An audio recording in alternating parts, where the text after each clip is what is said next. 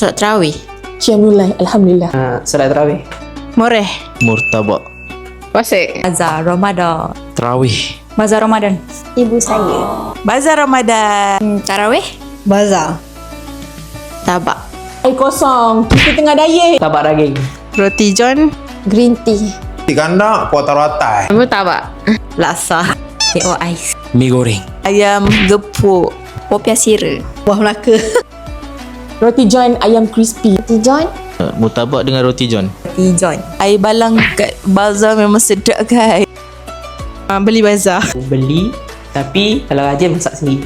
Mak masak. Dan masak sendiri. Kadang-kadang kita pergi bazar lah. Masak sendiri je. Beli kat bazar. Beli. Kalau puasa dulu dengan parent lah. So sekarang parent dah tak ada. Dulu tak penuh, sekarang penuh.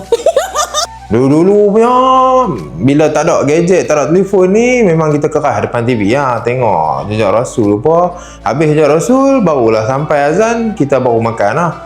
Lah ni, telefon dah ada, scroll TikTok, dah dengan azan. Dulu saya berpuasa sebagai seorang bujang lah.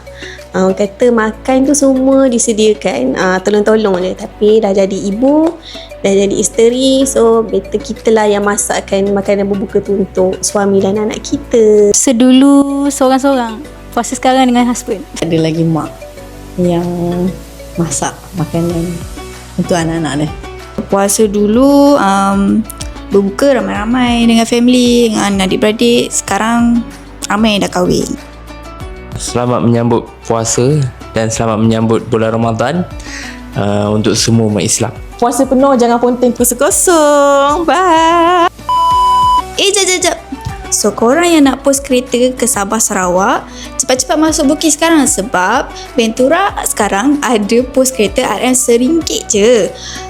Kalau lambatlah sampai kereta korang nak pakai waktu raya. So, apa-apa, roger je Ventura.